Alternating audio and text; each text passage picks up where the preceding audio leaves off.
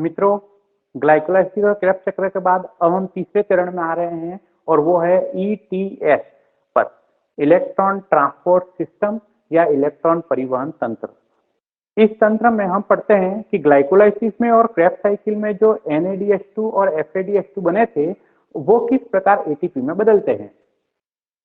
तो यहाँ पर क्या ध्यान रखना है वो समझें। यहाँ पर कुछ कॉम्प्लेक्स होते हैं, उस कॉम्प्लेक्स में अपने इलेक्ट्रॉन और हाइड्रोजन आयन दोनों ही उस कॉम्प्लेक्स में विभिन्न मध्यवर्तियों से होकर गुजरते हैं और अंत में वो ऑक्सीजन के अणु से जुड़ जाते हैं, जिससे जल का और एटीपी का निर्माण हो जाता है। तो लास्ट वीडियो में हमने एक क्वेरी छोड़ी थी, वो ये है कि कुछ किताबों में तो ग्लूकोज के ऑक्सीकरण से 38 एटीपी का निर्माण होता है ऐसा लिखा हुआ है और कुछ किताबों में 36 एटीपी का निर्माण होता है ऐसा लिखा हुआ है। तो दोनों में यह कंफ्यूजन कैसे हुआ उसको पहले क्लियर करते हैं, इसके बाद इस चक्र पर आते हैं। क्या होता है कि क्रेब्स चक्र तो माइटोकॉन्ड्रिया के अंदर ही होता है, इसलिए माइटोकॉन्ड्रिया की मैट्रिक्स में जो NADPH2 बने हैं वो सीधे ही एटीपी में कन्वर्ट हो जाते हैं ईटीएस चक्र द्वारा। लेकिन ग्लाइकोलाइसिस में जो दो NADH2 बने थे, यह NADH2 एटीपी में बदलने के लिए उनको माइटोकॉन्ड्रिया में प्रवेश करना पड़ेगा। तो माइटोकॉन्ड्रिया की जो झिल्ली होती है उसमें दो गेट लगे रहते हैं, मतलब दो शटल लगे रहते हैं। बस अब वो NADH2 कौन से शटल से होकर जाते हैं उस पर निर्भर करता है कि अब उस NADH2 से 2 एटीपी बनेंगे या 3 एटीपी बनेंगे। समझे। ईटीएस पथ या इलेक्ट्रॉन परिवहन सिस्टम माइटोकॉन्ड्रिया की आंतरिक झिल्ली में संपन्न होता है और आंतरिक झिल्ली में ऑक्सीसोम कण होते हैं। हमने माइटोकॉन्ड्रिया की जो आंतरिक संरचना पढ़ी थी उसमें बताया था। तो ऑक्सीसोम कण होते हैं जिसको F0 या F1 कण भी कहते हैं। इन कणों में विभिन्न प्रकार के एंजाइम होते हैं जो NADH2 और FADH2 को एटीपी में बदलते हैं। तो होता क्या है कि इस झिल्ली में इलेक्ट्रॉन और हाइड्रोजन आयन विभिन्न मध्यवर्तियों से होते हुए ऑक्सीजन के अणु से जुड़ते हैं।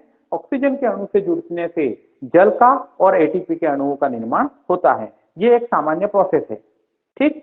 अब क्रेब्स चक्र में जो NADPH2 बने थे उसकी बात अपन नहीं कर रहे हैं।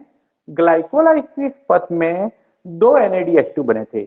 यह जो दो NADH2 बने थे वो जब क्रेब्स चक्र में जब माइटोकॉन्ड्रिया में प्रवेश करते हैं तो माइटोकॉन्ड्रिया में प्रवेश करते समय दो गेट लगे रहते हैं, मतलब दो शटल लगे रहते हैं।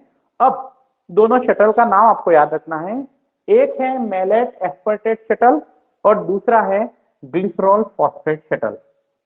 जब NADH2 मैलेट एस्पर्टेट शटल में प्रवेश करते हैं तो एक NADPH2 से 3 एटीपी, मतलब दो NADH2 से 6 एटीपी का निर्माण हो जाता है।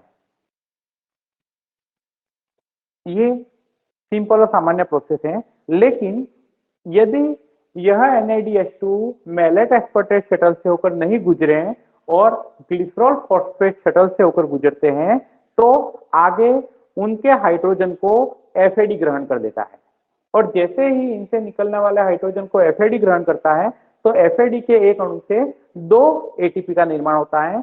तो 2 FADH2 से 4 एटीपी का निर्माण होगा।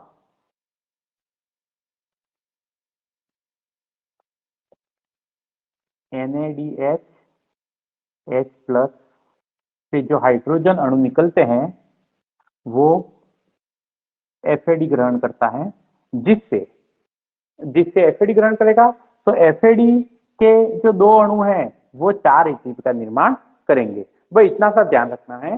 तो मैलेट एस्पर्टेट शटल से होकर जो NADH2 जाते हैं तो 6 एटीपी का निर्माण होगा और ग्लिसरॉल फॉस्फेट शटल से होकर जब NADH2 प्रवेश करेंगे तो केवल 4 एटीपी का निर्माण होगा, जिससे 2 एटीपी का यहाँ अंतर पड़ जाता है।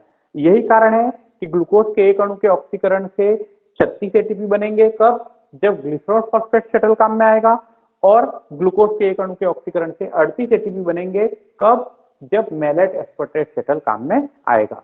तो अब आपको कंफ्यूजन क्लियर हो गया होगा। अब एग्जाम में किसी शटल के नाम से प्रश्न आता है तो 38 कहाँ लिखना है 36 कहाँ लिखना है ये आपको क्लियर हो ही गया। और अगर 38 और 36 दोनों दिए हुए हैं तो और वो दोनों आंसर आपके सही होंगे। क्लियर। अब अपन बात करते हैं इलेक्ट्रॉन ट्रांसपोर्ट सिस्टम या इलेक्ट्रॉन परिवहन पथ में। इलेक्ट्रॉन परिवहन पथ में क्या होता है कि यह जो इलेक्ट्रॉन है और जो हाइड्रोजन आयन है ये कहाँ से आए, ये NADH प्लस H+ से निकले हैं। तो ये हाइड्रोजन और इलेक्ट्रॉन आयन जो हैं वो विभिन्न मध्यवर्तियों से होके अंतिम में ऑक्सीजन से जुड़ते हैं। ठीक, अब कैसे ऑक्सीजन से जुड़ते हैं, तो और वो मध्यवर्ती कौन कौन से हैं वो थोड़े थोड़े नाम आपको याद रखने हैं। तो इस माइटोकॉन्ड्रिया की झिल्ली पर 1, 2, 3, 4 और 5 संकुल या 5 कॉम्प्लेक्स बने हुए हैं। सबसे पहला कॉम्प्लेक्स जो है वो NADH यूबिक्विनोन ऑक्सीडोरिडक्टेज है। तो इलेक्ट्रॉन और हाइड्रोजन आयन सबसे पहले NADH यूबिक्विनोन ऑक्सीडोरिडक्टेज के पास जाते हैं। यहां से वो कॉम्प्लेक्स 2 में प्रवेश करते हैं। कॉम्प्लेक्स 2 में सक्सिनेट यूबिक्विनोन ऑक्सीडोरिडक्टेज नामक एंजाइम है, ये मध्यवर्ती है। इलेक्ट्रॉन वहां से होकर गुजरते हैं। जैसे इलेक्ट्रॉन वहां से होकर गुजरते हैं तो तीसरा कॉम्प्लेक्स जो है उसमें 2 साइटोक्रोम के अणु होते हैं, एक तो साइटोक्रोम B और एक साइटोक्रोम A1। तो पहले इलेक्ट्रॉन साइटोक्रोम B में जाएंगे, फिर साइटोक्रोम A1 में जाएंगे। इसके बाद चौथा कॉम्प्लेक्स है, चौथे कॉम्प्लेक्स में 2 साइटोक्रोम के अणु हैं और एक कॉपर के 2 केंद्र होते हैं। तो पहले साइटोक्रोम A, फिर साइटोक्रोम A3 और फिर कॉपर के 2 अणुओं से होकर यह इलेक्ट्रॉन और हाइड्रोजन आयन गुजरते हैं।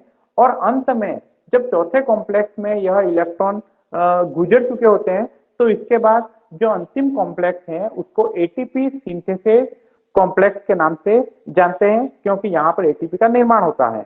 और इसमें 2 घटक या 2 कंपोनेंट होते हैं, F0 और F1 घटक। ये F0 और F1 घटक वही है जो कि ATP का निर्माण करने वाले हैं और ऑक्सीफॉर्म कण है वो। तो जैसे इनके संपर्क में आते हैं तो इनके संपर्क में आने के बाद यह इलेक्ट्रॉन और हाइड्रोजन सीधे ही ऑक्सीजन से जुड़ जाते हैं। जैसे ही ऑक्सीजन से जुड़ जाते हैं तो हाइड्रोजन और ऑक्सीजन मिलकर H2O यानी जल का निर्माण तो करेंगे ही करेंगे और साथ में ATP का निर्माण भी होता है। तो इस प्रकार जितने भी NADH और FADH हैं वो ATP में बदल जाते हैं। यहाँ इंपॉर्टेंट प्रश्न, एक तो क्या हो रहा है, एक तो वो इंपॉर्टेंट है, मतलब इलेक्ट्रॉन और हाइड्रोजन का अंतिम ग्राही कौन होता है, तो अंतिम ग्राही ऑक्सीजन होता है। बनता क्या है, जल और ATP, दोनों प्रश्न। और कौन से कॉम्प्लेक्स में कौन से घटक होते हैं, मुख्य रूप से कॉम्प्लेक्स 3, कॉम्प्लेक्स 4 और कॉम्प्लेक्स 5, ये तीनों अपन को याद रखने होते हैं, इनके बारे में नहीं पूछा है आज तक कहीं। तो कॉम्प्लेक्स 3 में साइटोक्रोम B और साइटोक्रोम A1, कॉम्प्लेक्स 4 में साइटोक्रोम A, साइटोक्रोम A3 और कॉपर के 2 केंद्र, और कॉम्प्लेक्स 5 में F0 और F1 घटक होते हैं। ये तीनों घटक आपको विशेष रूप से याद रखने हैं। तो इस प्रकार यहाँ हमारा कोशिकीय श्वसन पूरा हुआ। कोशिकीय श्वसन हमने 3 चरणों में पढ़ा, पहला ग्लाइकोलाइसिस, फिर स्टेप साइकिल और तीसरा ETS साइकिल। धन्यवाद।